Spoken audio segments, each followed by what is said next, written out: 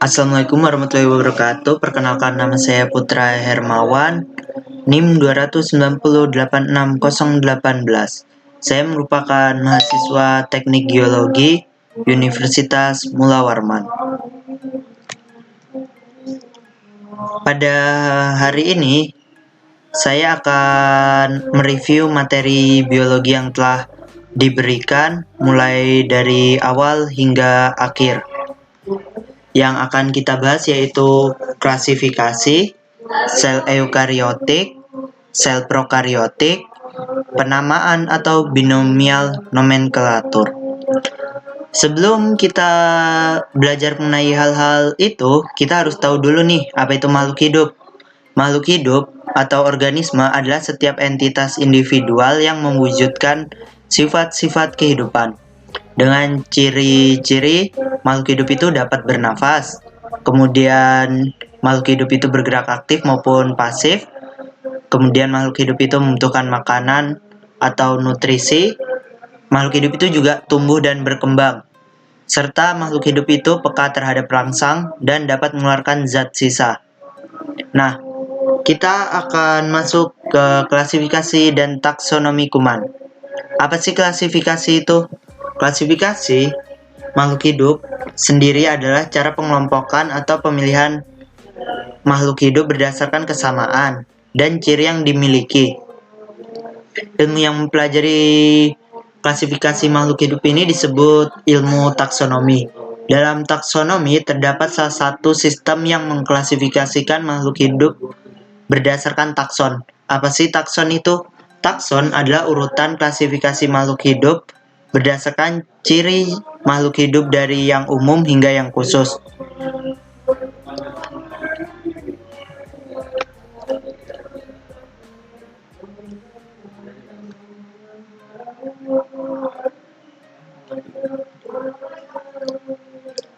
Dalam taksonomi terdapat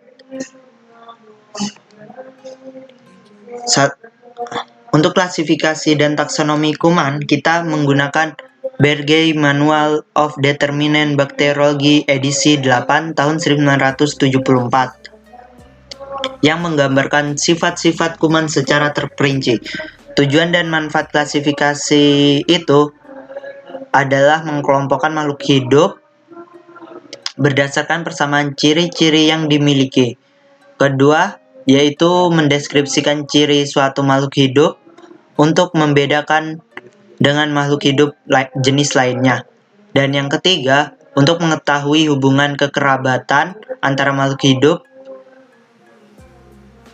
Lalu yang keempat, yaitu memberi nama makhluk hidup yang belum diketahui namanya. Nah, selanjutnya, makhluk hidup itu juga memiliki organ dan organel. Organ itu berada di tingkat tertinggi, sedangkan organel itu terdapat di tingkat rendah atau biasa disebut juga di tingkat sel. Nah, keduanya itu memiliki fungsi fisiologis tertentu. Beberapa contoh organ dalam tubuh manusia yaitu jantung, lambung, hati, otak, dan ginjal. Dan juga masih banyak lainnya. Untuk organel sendiri itu sangat kecil, itu dikelompokkan dalam dinding sel, sentriol, kloroplas, mitokondria, dan nukleus.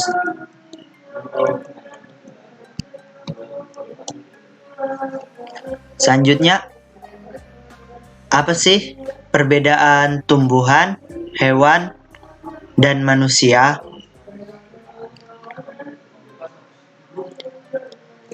Tumbuhan itu memiliki kemampuan untuk mengubah bahan organik maupun anorganik menjadi makanannya melalui proses fotosintesis. Sedangkan hewan tidak memiliki kemampuan tersebut,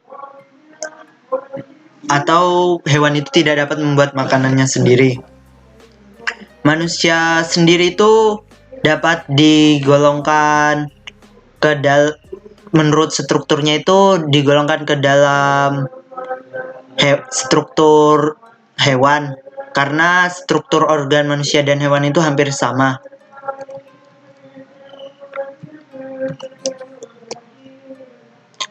Selanjutnya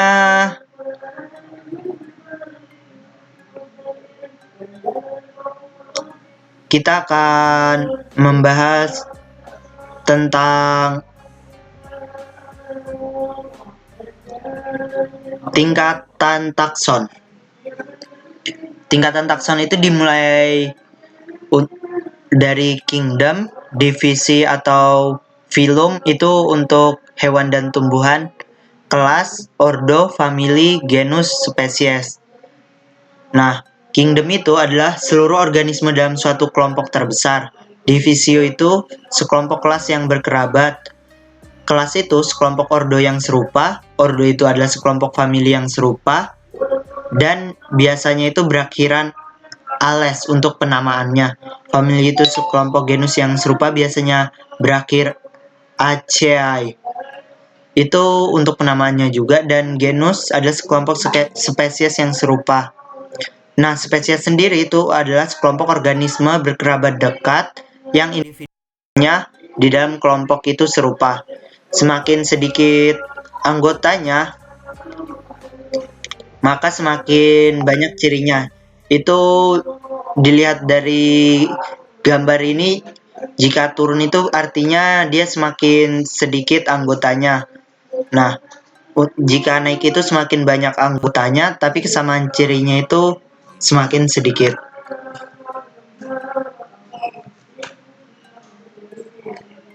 Nah, selanjutnya kita akan mempelajari tentang sistem klasifikasi.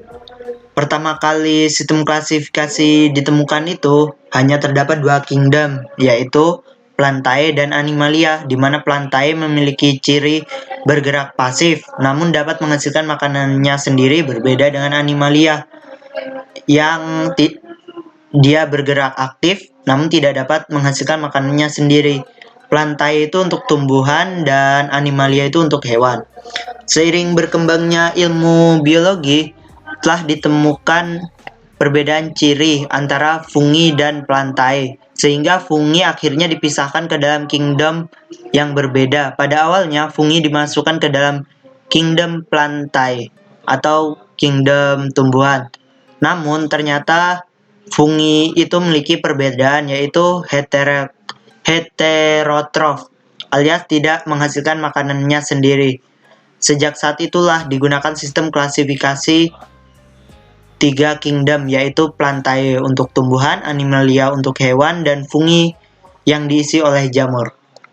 Nah, seiring berkembangnya ilmu mikrobiologi atau ditemukannya mikroskop dan alat untuk melihat barang yang sangat kecil, muncullah kingdom baru, yaitu kingdom Monera, di mana Monera itu memiliki ciri uniseluler prokariotik.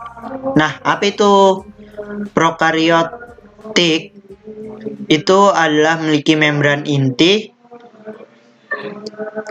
tapi tidak memiliki membran inti nukleus.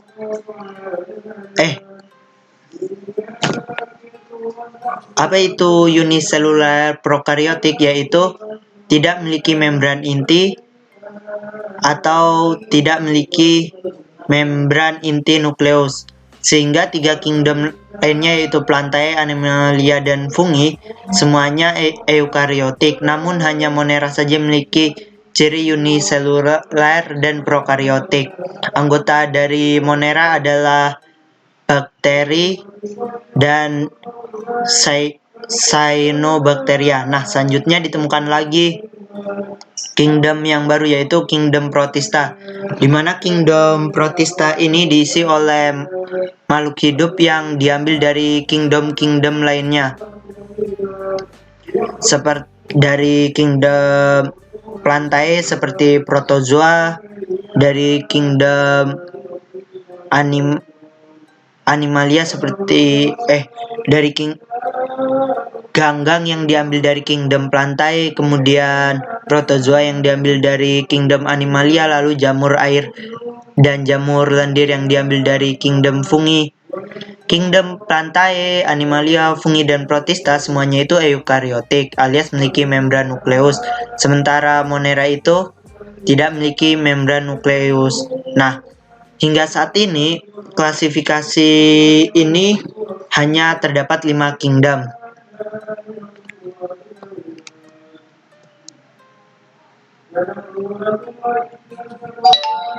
Selanjutnya kita akan membahas tentang bakteri dan bakteri hijau. Bakteri dan bakteri hijau diklasifikasikan sebagai tanaman primitif. Kenapa? Karena mempunyai dinding sel seperti tanaman. Beberapa jenis bakteri dan semua jenis bakteri hijau itu bersifat fotosintetik. Apa itu fotosintetik? Fotosintetik itu adalah bakteri itu dapat menghasilkan makanannya sendiri melalui proses fotosintesis. Jadi proses fotosintesisnya itu bakteri itu akan menyerap CO2 dan air, kemudian dengan adanya bantuan cahaya matahari akan menghasilkan zat buah dan oksigen. Hewan itu tidak dapat berfotosintesis, hanya tumbuhan dan bakteri atau beberapa bakteri dan bakteri hijau saja yang dapat melakukan proses fotosintesis.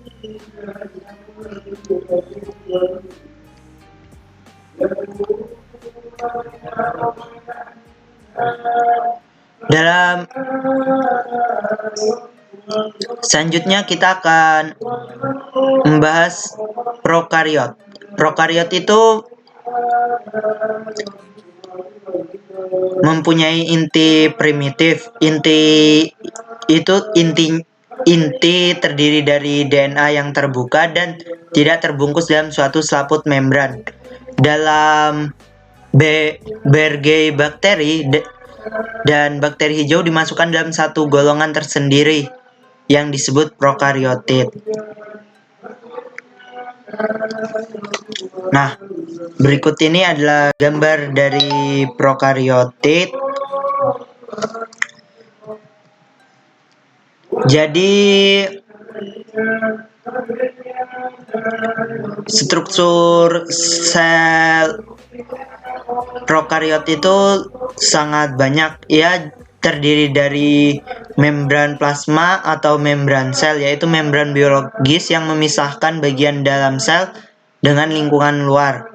Membran plasma tersusun oleh fosfolipid dan protein. Lalu yang kedua ada ribosom, adalah bagian yang sangat kecil yang berfungsi sebagai sintesis protein. Ribosom ini juga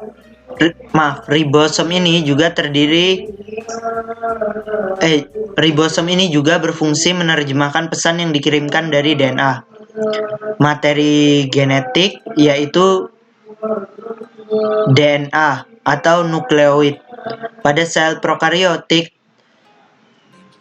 nukleoid itu terbagi lagi menjadi 2 unit besar, yaitu DNA dan RNA. Di sini DNA yang diletakkan yaitu bagian yang membawa informasi genetik atau pewarisan sifat dari organisme. Selanjutnya ada dinding sel. Dinding sel itu adalah bagian yang terluar dari sel yang memiliki fungsi memberikan bentuk pada suatu sel. Nah, kemudian ada yang seperti buntut ini disebut flagella. Itu seperti cambuk atau sulur yang membantu sel prokariot ini untuk bergerak. Nah, prokariot itu dia dapat diumpamakan seperti balon yang ditiup kemudian diisi air, yang airnya itu dapat bergerak kemanapun. Air ini dapat diilustrasikan sebagai nukleoid atau DNA dan balon sebagai prokariotnya itu sendiri. Nah, berikut ini adalah gambar dari pembanding ukuran yaitu 1 cm sama dengan 10 pangkat min 2 meter atau 1/100 meter atau 0,4 inci. Kemudian 1 mm itu sama dengan 10 pangkat min 3 meter atau sama dengan 1/1000 meter sama dengan 1/10 cm. 1 mikrometer itu sama dengan 10 pangkat 6 meter sama dengan 1/1 meter atau sama dengan 1/10.000 cm. Nah, 1 nanometer itu sama dengan 10 min 9 meter atau 1 per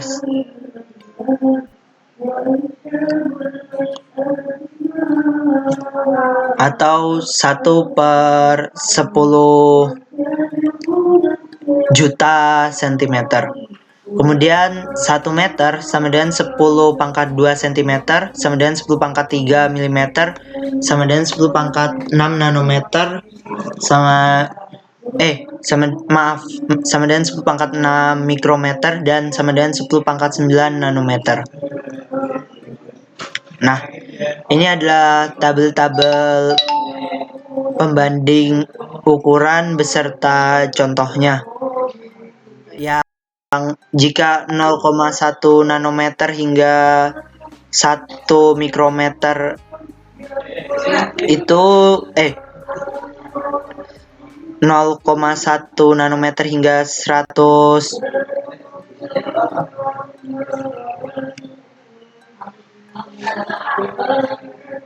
ini adalah tabel dari pembanding ukuran 0,1 nanometer sampai 100 sampai 1 nanometer itu dapat dilihat dengan mikroskop elektron.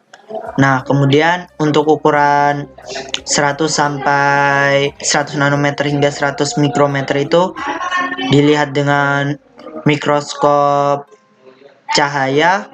Selanjutnya untuk ukuran 100 nanometer hingga 10 meter itu dapat dilihat dengan mata telanjang. Kemudian kita akan membahas sel eukariotik. Sel ini adalah eukariotik itu mempunyai inti sel yang sebenarnya atau sel eukariotik ini juga berada di dalam tanaman tingkat tinggi, hewan tingkat tinggi, dan juga berada di manusia. Apa sih tumbuhan tingkat tinggi dan hewan tingkat tinggi itu? Tumbuhan tingkat tinggi itu merupakan tumbuhan biji. Mengapa dikatakan tumbuhan biji? Karena tumbuhan biji merupakan jenis tumbuhan yang mempunyai akar, daun sejati, dan juga memiliki batang disertai dengan organ tambahan yang meliputi buah dan daun. Sedangkan hewan tingkat tinggi atau vertebrata adalah hewan yang bertulang belakang, memiliki struktur tubuh yang jauh lebih sempurna dibandingkan dengan hewan invertebrata. Hewan vertebrata memiliki tali yang merupakan susunan tempat terkumpulnya sel-sel saraf dan memiliki perpanjangan atau kumpulan saraf dari otak. Tali ini tidak dimiliki oleh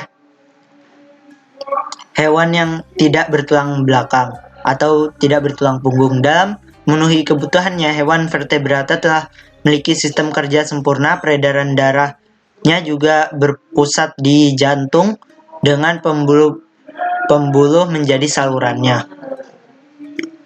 Nah, berikut ini adalah gambar dari perbedaan struktur-struktur dari sel prokariotik dan sel eukariotik. Sel eukariotik ini juga dibagi menjadi dua, yaitu sel hewan dan sel tumbuhan. Dan mereka ini juga memiliki perbedaan. Nah, berikut ini adalah gambar yang mendeskripsikan tentang perbedaan prokariotik dan eukariotik berdasarkan perbedaan organisme. Prokariotik itu bakteri dan archaea, sedangkan eukariotik itu protista, fungi, tumbuhan, dan hewan. Berdasarkan ukurannya itu, prokariotik itu 1 sampai 5 mikrometer, sedangkan eukariotik itu 10 sampai 100 mikrometer. untuk nukleusnya sendiri inti sel, prokariotik itu tidak memiliki, sedangkan eukariotik itu memiliki. Kromosomnya itu prokariotik tunggal dan eukariotik itu memiliki banyak kromosom.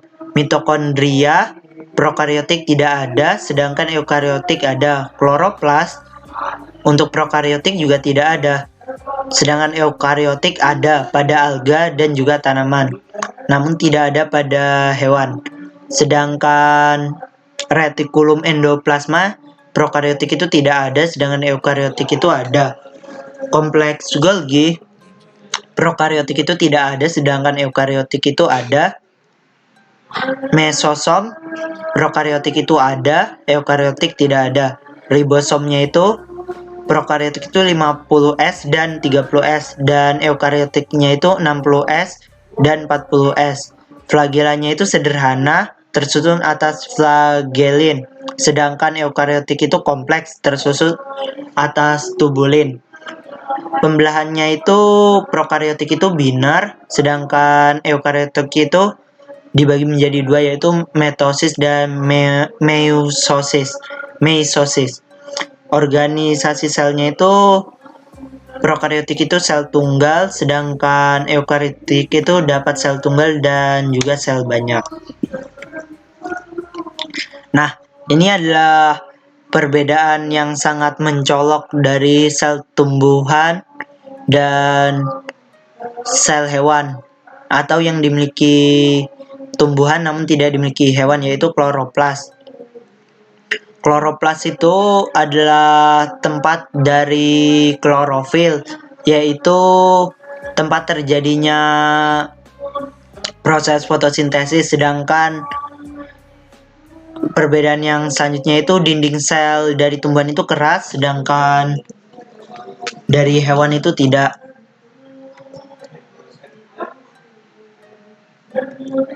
Nah, ini adalah contoh dari prokariot bersel tunggal atau uniseluler, dan ini adalah sebagai contoh klasifikasinya.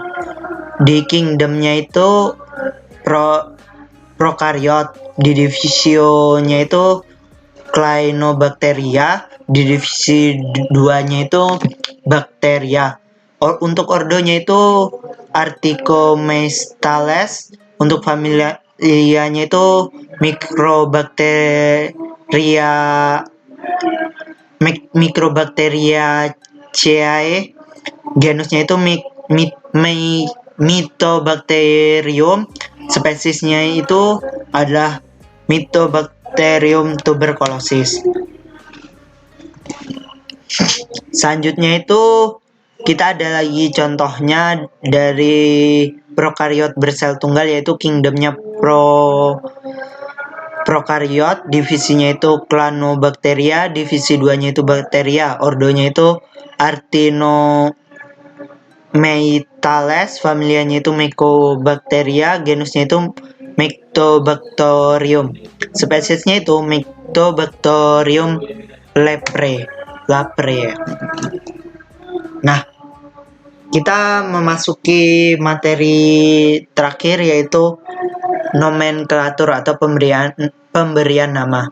Sistem binomial name atau nomenklatur tadi itu diajukan oleh Linnaeus pada tahun 1753.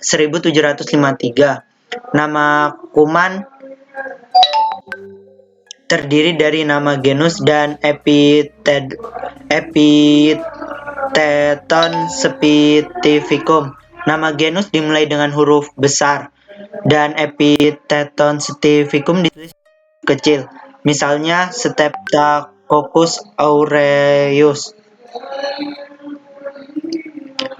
Nah, selanjutnya jika di suatu buku atau dan di halaman tersebut terdapat nama genus yang berulang, maka nama genus yang kedua dapat disingkat pada potongan paragraf berikut. Mycobacterium tuberculosis merupakan penyebab penyakit tuberkulosis, sedangkan M. lepra merupakan penyebab penyakit leprae. Nah, Nama kuman dapat berasal dari kata baru yang disesuaikan dengan bahasa Latin atau nama penemunya tersebut. Seperti misalnya Bacillus itu merupakan nama lain dari baktang, Chlorodium merupakan nama lain dari spindle atau pintalan yang halus, Micrococcus adalah butiran kecil, Erwinia adalah dari nama Erwin, Pasteurella dari nama Pasteur.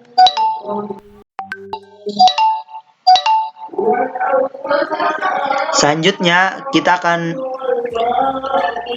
melihat penamaannya lagi, yaitu Salmonella, itu dari nama salmon.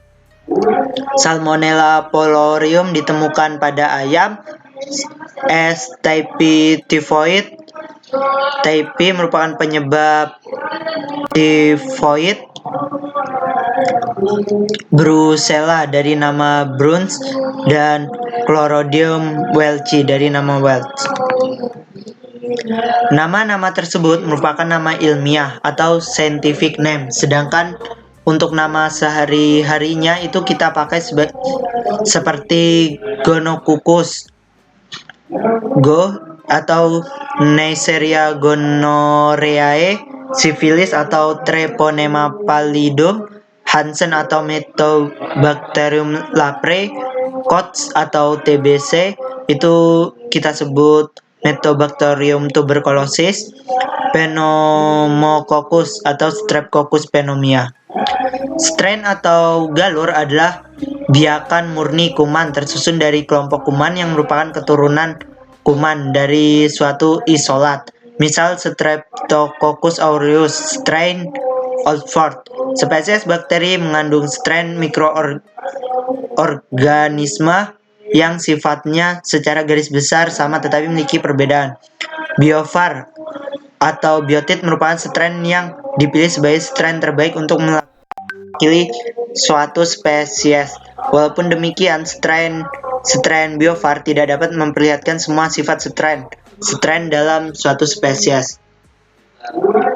Jadi strain itu adalah biakan murni. Jadi misalnya bakteri Streptococcus aureus itu dibiakan di suatu laboratorium di Oxford, sehingga nama bakteri itu akan tetap, yaitu tetap bakteri Streptococcus aureus, tetapi namanya akan berganti menjadi bakteri Streptococcus aureus strain Oxford karena dia berhasil dibiakan di laboratorium Oxford. Sehingga untuk menentukan bentuk tertentu pada variasi strain digunakan penentuan subspesimen seperti serotip atau serovar, patotip atau pathovar, martotip atau mathovar, dan fagatip atau fatgovar. Terima kasih atas perhatiannya. Sampai jumpa.